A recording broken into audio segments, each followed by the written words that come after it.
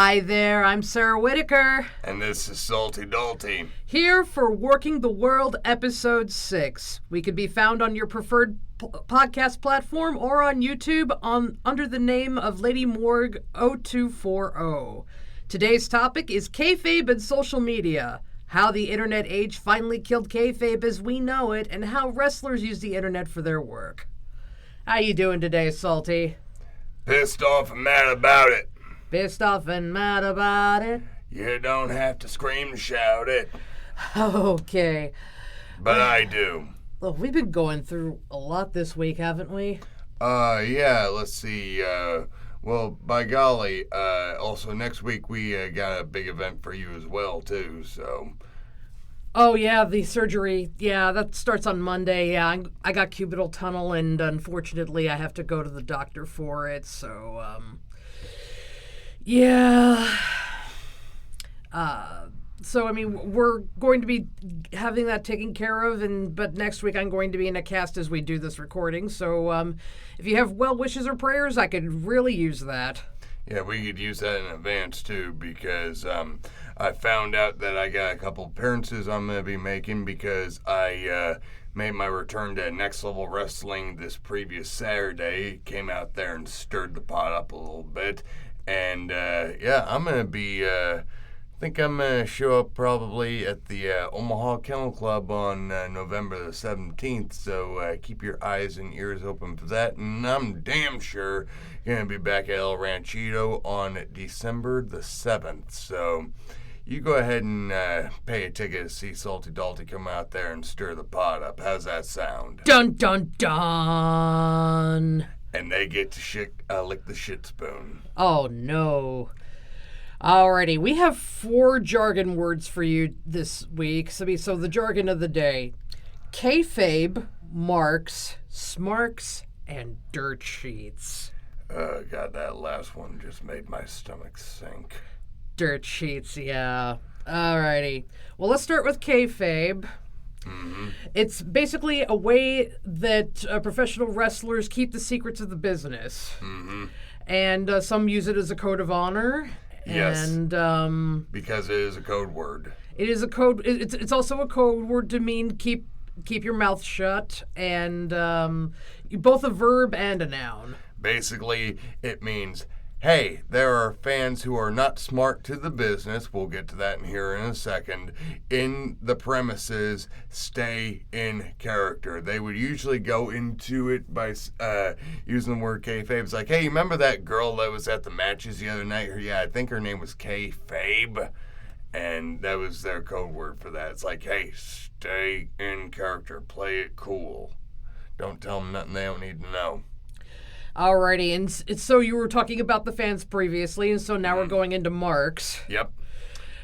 Marks was an old carnival term used to denote people that had money, and they would put like little chalk marks on their either on their sleeve or on their shoulder to denote their back to denote that they were a sucker, and these were the people that you needed to play up. And so a lot of people are trying to get rid of mark as a No, I think it needs to be played up more. Really? You know why?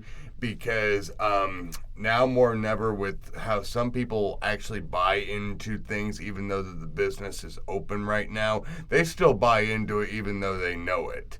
So it's like one of those deals where it's like, it is a derogatory term, but sometimes it's one of those derogatory terms that needs to be used so people don't overstep their boundaries. That makes sense? This is true.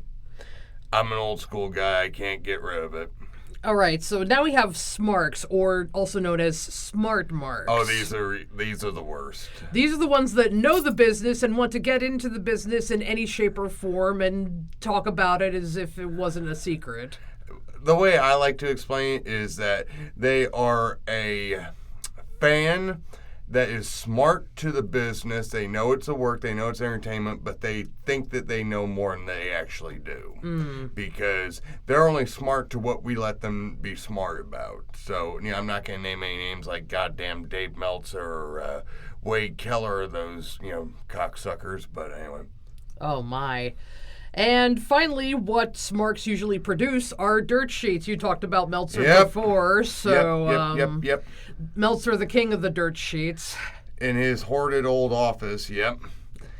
Basically, they're bits of news or tidbits about the professional wrestling business and their inner workings that people either published or put on the internet. Basically, they're the tabloid for pro wrestling. Right. So, and it's like, and they will stoop to any lengths, and sometimes the boys will even rib them and call them up and send them bullshit, and they'll actually go and print that's not even true. Well, that's keeping kayfabe. Exactly. So, like I said, they're only smart to what we let them be smart about. And especially when it comes to the information age, it's all about trying to keep the integrity of the business during the information age. And it's like, it's incredibly hard to keep kayfabe when the internet came out, because it's like, I remember my, because it's like, we wouldn't get the internet right away because it's like we were trying to watch our money and stuff like that. But in 1996, The Undertaker was going to go into an AOL chat. And it's like I kept begging my mom and dad to get AOL services online so that I could talk to The Undertaker. And whether or not it was actually The Undertaker, I couldn't tell you because chat rooms were kind of... It could have been some roadie for the company, for all you know. Right, but at the time I was young and stupid, so... Like the WCW hotline, too, is like, hey, I heard so-and-so are having a fling backstage. Like, for example, Nitro Girl Kimberly and Diamond Dallas Page. Oh, no wonder they're frickin' married. Crap like that. But, I mean, speaking of that, it's like, especially the message boards, like, back before that there was, like, the World Wide Web and stuff like that, they had these... which still pop on my timeline. It was the email message boards. Yeah. And... forums. The forums. And... I was I remember this one time when I was really silly because The Undertaker's new music just came out and they had a WAV file of it, and I shared it to all of my friends that were on the internet forums, and I basically caused an entire like internet congestion in like was this 98? This was 97, 98. Not 98. Okay, yeah, I think that might have been around when he got that new music fully loaded. But I mean, it's like I posted poetry on that thing, and it's like it was the first time that I realized that it was Vince McMahon that owned the company, because up until that time I thought it was Jack Tunney because he was the president of the World Wrestling Federation at the time. And they kayfabed you. Well, they kayfabed, but it's like kayfabe got destroyed through those forums because there were smart marks on there that smartened me up to a lot of stuff, and it's like, wow. Because I didn't even know the word kayfabe existed until I got into the wrestling industry in 2002.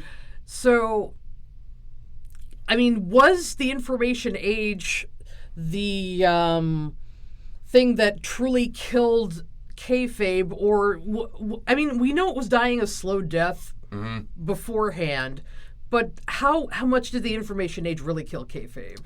It made it to the point where everybody had instant access to be able to find all this out, because back in the day, it was kind of like a word of mouth thing, or like you had to go and find certain, like, for example, the first real dirt sheet that was talking about the business in a working sense was Meltzer's, what does he call it? Wrestling Observer newsletter.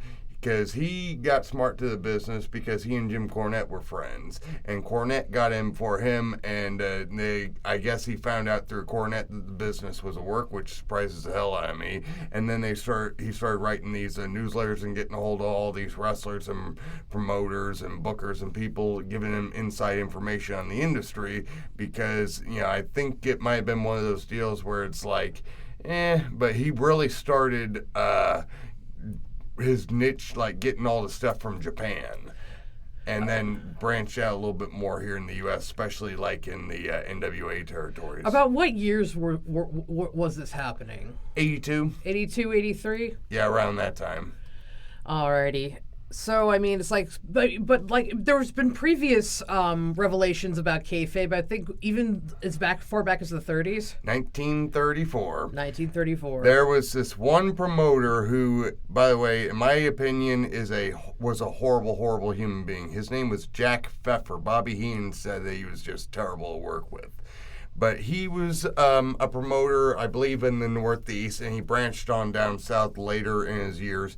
But he had falling out with a bunch of the other promoters before the NWA was formed and actually became like a national group and a superpower. So he decided to get back at these guys and actually go, it was either the New York Post or the New York Times, and actually say, hey, this business, it's fixed. It's a sham. It's a work. It is fake.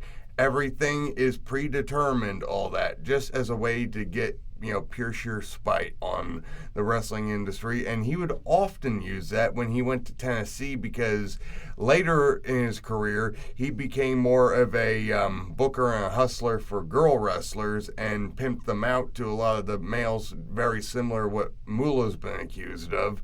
And he would always go to the promoters like, if you don't use my girls, I'm going to expose the business.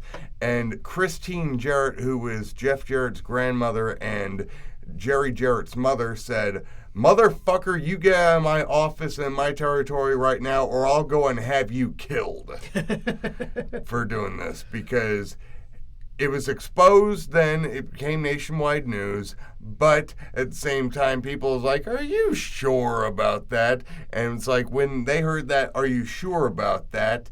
That is when it's like, okay, let's go ahead and just write this out for as long as we can. Because a lot of the guys back in those days were legit fighters, they were legit shooters, and they could uphold that reputation. It's like Johnny Valentine used to say, I can't make you think that wrestling is real, but I can make you think that I'm real. But I think the next real killer of kayfabe was the incident with Hacksaw Jim Duggan and the Iron Sheik getting pulled over in the same car. Well, I was going to say, let's go ahead and go back just a little bit further before then. Oh, okay. Remember when they had 2020 and... Oh, yes. I thought that was after that happened. No, that was before. That was that was right before the first WrestleMania. Oh, my. Yep. So have you seen that piece, Sarah? I've seen parts of it. I saw the part where he got slapped. Yeah, John Stossel. Yeah, good for him. So yeah. God bless you, Dr. D. David Schultz. But no, that was when they had Eddie Mansfield and God, who's that football player became a wrestler? There's a lot of football players that he was down in Georgia. He accused Jim Barnett of trying to get him to go to bed with him and all that. But I was going to say, that was like the first one that people could actually go and rewatch, to the point where it's like, wait a minute. And they actually have Eddie Mansfield going, juicing himself, showing John Stossel how to work and all that. And then, of course, what happens with there, because that was the first time that Vince McMahon was actually acknowledged outside of the wrestling industry in real life, of actually being the owner of the WWF then. And because he was actually interviewed by Stossel, and it's like, there's no match fixing here for the World Wrestling Federation to my knowledge. So, and then... couple years later, after Stossel gets slapped and Richard Belzer gets dropped on his head by Hogan, both trying to protect the business, we have Sheiky and Duggan. Sheiky and Duggan. That was the one I really remembered. Yep. So, yeah, they... apparently, Sheik didn't have a ride and needed somebody to ride to the matches with, and he's riding with Duggan, and they just so happened to stop and pick up some beer and be drinking it down the road on the New Jersey Turnpike, and both of them like to smoke a little bit of dope. And when the cops saw them driving by, they's like, hey, this doesn't look right. They're driving with beer in their hands. Let's go ahead and check this out. And lo and behold, what? It's the Iron Sheik and Jim Duggan. Wait, I thought you two guys hated each other. And they went and got bailed out and actually worked that night against each other. And then news broke in the morning. Wasn't that about the time that Vince McMahon had to go to the what was it, the commission? Yeah, the New York Athletic Commission. This was right after this because he announced to the New York Athletic Commission that pro wrestling, in order to get a tax break on it because it was not a legit, like, competitive sport, this is an exhibition, this is entertainment, this is a showcase, a display on here. So yeah, go ahead and not tax us as much on our shows. But there was actually another promoter that actually would go and do that to an athletic commission even before Vince did. I'm pretty sure Vince got the idea from him. Vern Gagne. Oh, I forgot about that. Yeah, that was late 70s, early 80s around that time that he did that. But he was able to keep it more hush-hush, though, because of the political connections he had in the Midwest. So in order to get the best out of the business without breaking it completely, he revealed, people would reveal the business to those that should be in the know rather than the fans. Exactly. It's like, I've heard several people say it's like we should have smartened up the TV people and the athletic commissions, but not the fans. So, because not only that, to an extent, for some people, it might have ruined it for them. It's like actually believing that this could be, an absolute shoot, which, this business started out as that, then branched off to being at work. Right. Okay, so especially with the information age now showing the world that wrestling is an exhibition, it's choreographed and yada yada yada. Are you calling me a fake? I'm calling you an athlete. Oh, thank you. Alrighty. There's several people that say I'm not built like one, but they can go ahead and, take a long walk off short pier. But, okay, do you think almost everyone's a smark now because they're all smart to the business? Or is that for something, is the term smark for something that goes above and beyond? Something that goes above and beyond. Basically, it's like somebody that goes and tries to, preach out to people, this is the way the wrestling business should be, this is why I think so, blah, blah, blah, and they should conform to me just because I say so.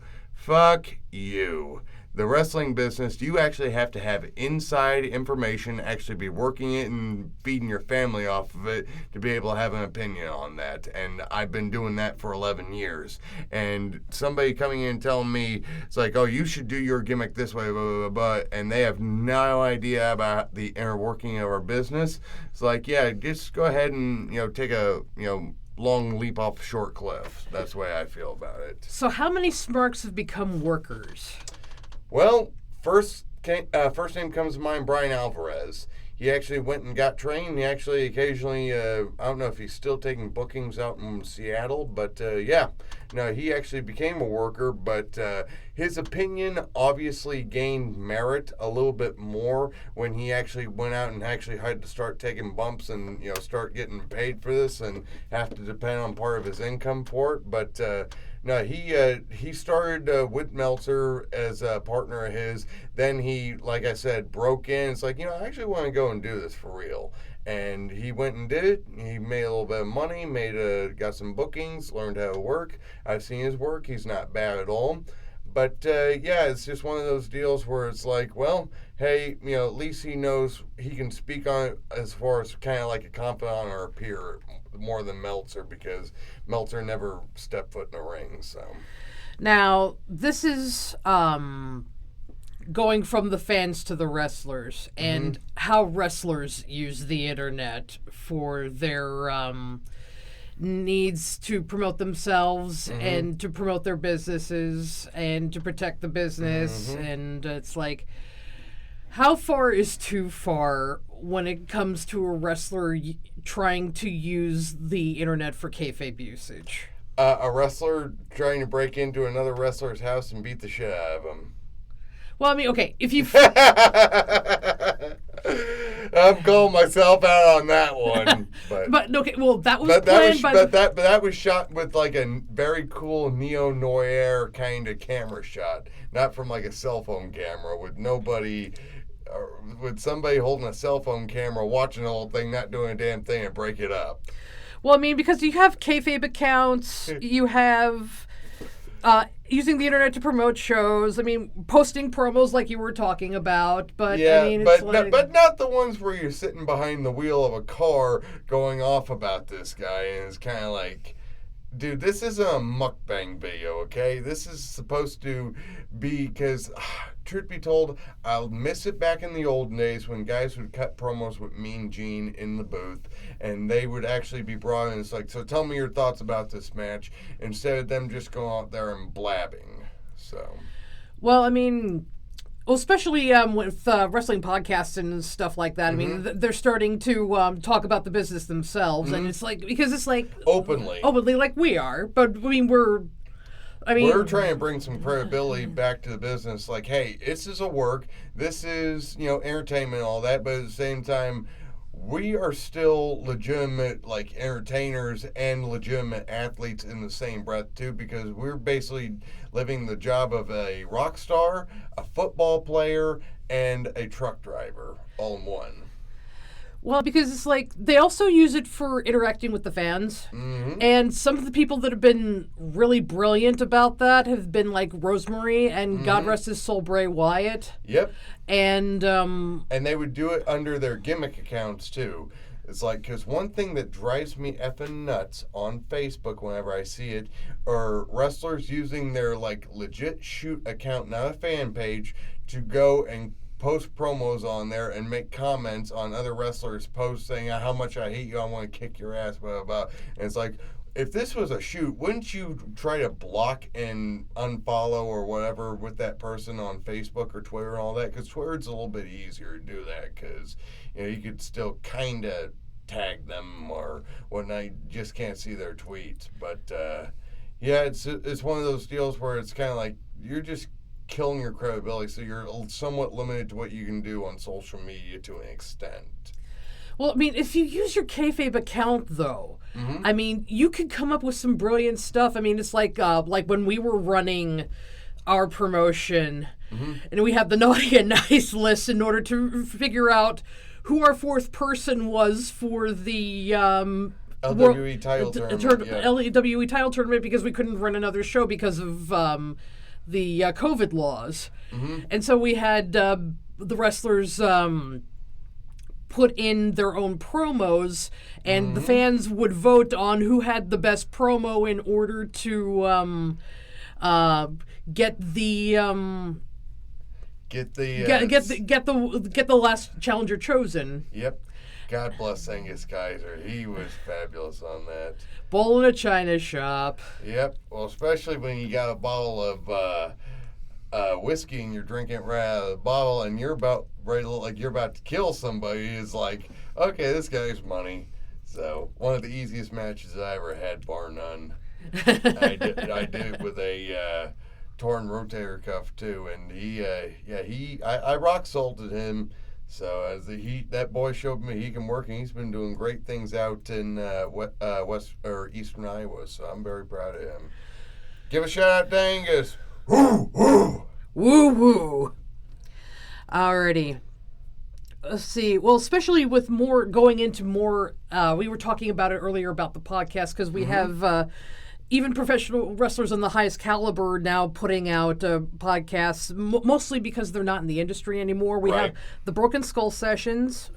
We have 6 Feet Under with The Undertaker. Yeah, Mark Galloway. And because Austin was kind of the first guy to go and do that.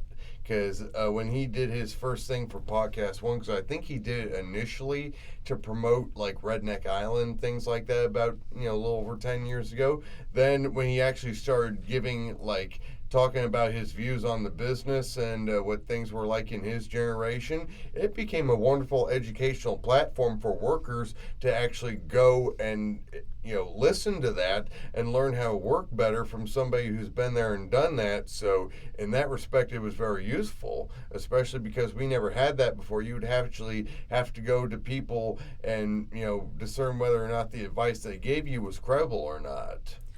I mean, you even learned a lot from the Undertaker's podcast about you're darn right. about distancing, especially. Yeah, Mark Henry.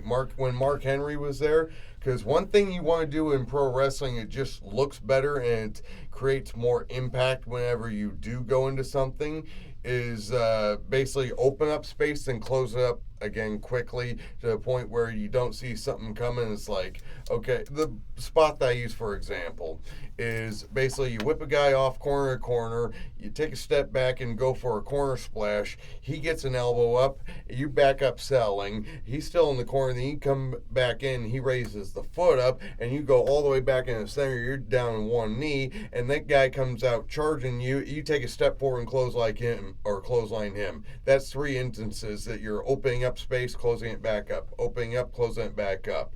And sometimes it especially looks good when 2 guys are doing it together, closing that space up. That's something that visually I couldn't put together in my head. It's like, damn it, what is missing in my work from this? And it's like, yeah, you want to have just enough distance where they can sell, but if you're like within arm reach of him, within 2 paces of him, you should be on him attacking him. But if you're 3 paces back and you're coming within that, you can go ahead and let them sell a little bit and kind of just eye them up a little bit and make everything you do, so like give them that, stink eye. It's like, motherfucker, I got you. So, which is very useful, especially as a monster heel. So. Well, I mean, that's what you learned from The Undertaker. And I mean, Undertaker and Mark Henry. And Maven, too. I've learned some stuff from Maven and how he gives his inside information, because the way Maven does it is that he's looking back in a very fond way to his wrestling experiences and letting people know, it's like, hey, this is how I was taught in my generation. And I learned some stuff like... these golden locks here are money for me when I'm throwing punches and selling. If you can get that hair woofing around, it just adds so much more intensity. Something I learned from Taker and Maven together, because Maven didn't have that luxury. Well, I mean, so now that we've come to this, and we were talking about all the bad stuff, and now we're coming to the gold stuff that's in professional wrestling. Teaching us how to work better in our generation, where we don't have access to these guys to talk to them. It's wonderful in that regard. Right. But in general, does the internet help or hurt the wrestling industry? Both? Both. Basically, it's a double-edged sword. It's a very fine line to cross.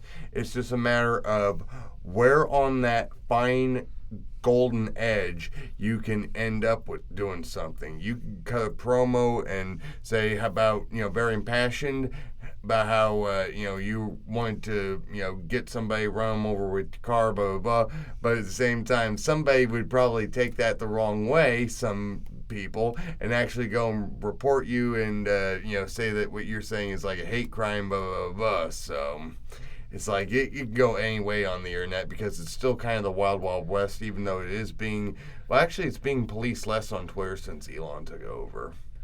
Well, I mean, especially with all of the backstage drama that blows up on the internet. I mean, people get blackballed from the internet. I mean, because of the internet. Oh, you're giving me PTSD from that. Oh, yeah, because that's happened to us at least twice. But once, but it was 2 separate instances. Okay, but so, I actually went and had a discussion about that this last weekend. But anyway, I digress. Oh. But here, it is on both sides. It is. I'm very thankful that it's not on just the bad side here. I'm glad some good's coming out of it, because it means that wrestling will survive this regardless. Wrestling will survive this. Yes. I mean, it survived the Great Depression. It survived wars. It survived all sorts of crazy historical events. Yeah. Well, I mean, it survived Chris Benoit and all that. That was a huge blow to the industry, because that completely changed the way that we had to do things, and